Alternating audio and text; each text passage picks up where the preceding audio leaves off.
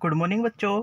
Class 9th Hindi medium प्रश्नावली 15.1 में प्रश्न नंबर 10 क्रियाकलाप। आप अपनी कक्षा के विद्यार्थियों से एक 3 अंक वाली संख्या लिखने को कहिए। आप कक्षा से एक विद्यार्थी को यादृच्छा चुन लीजिए। इस बात की प्रायिकता क्या होगी कि उसके द्वारा लिखी गई संख्या 3 से भाज्य है। याद रखिए कि कोई संख्या 3 से भाज्य होती है यदि उसके अंकों का योग 3 से भाज्य है। अब देखो 3 अंकों की संख्या है। 3 अंकों की संख्या 100 से लेके 999 तक होती है। तो देखिए हल 3 अंकों वाली संख्याएं बराबर 100 से लेके 999 तक संख्या हो गई। 3 अंकों वाली कुल संख्याएं 3 अंकों वाली कुल संख्या कितनी हो गई 999 माइनस 99 बराबर 900। 3 से विभाजित होने वाली संख्याएं 102 105 108 ऐसे लेके 999 तक। 3 से विभाजित होने वाली कुल संख्या हो गई 300। इसलिए 3 से विभाजित होने वाली संख्या की प्रायिकता तो लिख दिए P ब्रैकेट में 3 से विभाजित होने वाली संख्या बराबर कितनी संख्या है 3 से विभाजित होने वाली 300 और कुल संख्या 900। तो 300 बटा 900 2 जीरो से 2 जीरो कट गई बराबर हो गया 1/3 क्योंकि 3 के पहाड़े से काटेंगे 3 एकम 3 3 या 9 1/3। अतः उसके द्वारा लिखी गई संख्या 3 से भाज्य होने की प्रायिकता हो गई 1/3। फिर देखो प्रश्न नंबर 11।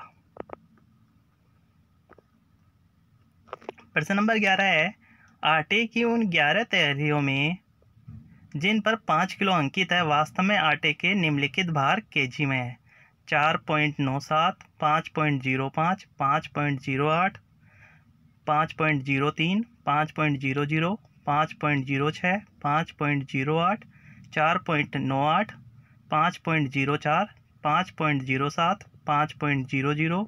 यादृच्छा चुनी गई एक थैली में 5 किलो से अधिक आटा होने की प्रायिकता क्या होगी। तो देखो प्रेक्षणों को आरोही क्रम में लिखते हैं। सबसे पहले 4.97 4.98 5.00 5.00 5.03 5.04 5.05 5.06 5.07 5.08 5.08। आटे की थैलियों की संख्या 11। एक थैली में 5 किलो से अधिक आटा वाली थैलियों की संख्या 5 किलो से आटा अधिक कितनी थैलियों में 7 थैलियों में। तो इनकी संख्या हो गई 7।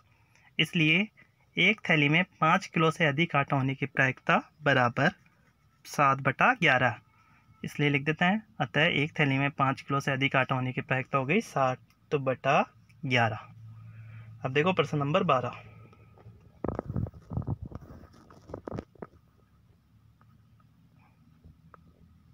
प्रश्न नंबर 12 है प्रश्नावली 14.2 के प्रश्न नंबर 5 में आपसे 30 दिनों तक एक नगर की प्रति वायु में सल्फर डाइऑक्साइड की भाग प्रति मिलियन में सांद्रता से संबंधित एक बारंबारता बंटन सारणी बनाने के लिए कहा गया था। इस सारणी की सहायता से इनमें से किसी एक दिन अंतराल 0.12 से 0.16 में सल्फर डाइऑक्साइड के सांद्रण होने की प्रायिकता ज्ञात कीजिए। तो देखो प्रश्नावली 14.2 का प्रश्न निम्नलिखित था। एक नगर में वायु में सल्फर डाइऑक्साइड का सांद्रण भाग प्रति मिलियन में ज्ञात करने के लिए एक अध्ययन किया गया। 30 दिनों में प्राप्त किए गए आंकड़े ये हैं। आंकड़े लिखे हुए हैं। इन आंकड़ों के ऊपर ही वर्गीकृत बारंबारता बंटन सारणी बनानी थी। तो बारंबारता बंटन सारणी बनी हुई है। अब इसमें देख के इसने क्या बोला है, इसने बोला है 0.12 से 0.16 0.12 से 0.16 में सल्फर डाइऑक्साइड के सांद्रण होने की प्रायिकता। तो देखो 0.12 से 0.16 में सांद्रण की कितनी है 2 है 2 ही है ना। और कुल योग कितना हो गया 30। इसलिए प्रायिकता किसी एक दिन अंतराल 0.12 से 0.16 में सल्फर डाइऑक्साइड का सांद्रण बराबर 2/30 क्योंकि 0.12 से 0.16 कितने हैं 2 दिन ही है 2/30। 2/30 को 2 के पहाड़े से काटोगे 1/15। अतः किसी एक दिन अंतराल 0.12 से 0.16 में सल्फर डाइऑक्साइड के सांद्रण होने की प्रायिकता 1/15 है। प्रश्न नंबर 13। अब देखो प्रश्न नंबर 13 है प्रश्नावली 14.2 के प्रश्न नंबर 1 में आपसे कक्षा के 30 विद्यार्थियों के रक्त समूह से संबंधित बारंबारता बंटन सारणी बनाने के लिए कहा गया था। इस सारणी की सहायता से इस कक्षा में यादृच्छा चुने गए एक विद्यार्थी का रक्त समूह AB होने की प्रायिकता ज्ञात कीजिए।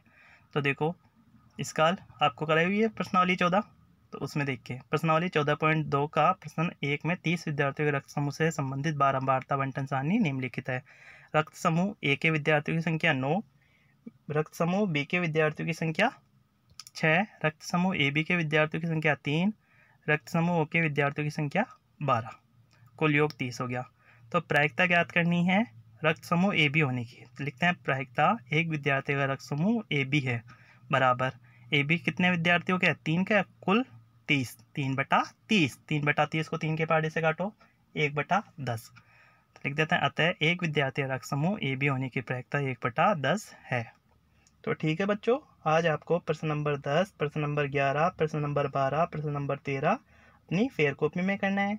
ये एक्सरसाइज भी हमारी कंप्लीट हो गई। नेक्स्ट एक्सरसाइज हम कल करेंगे।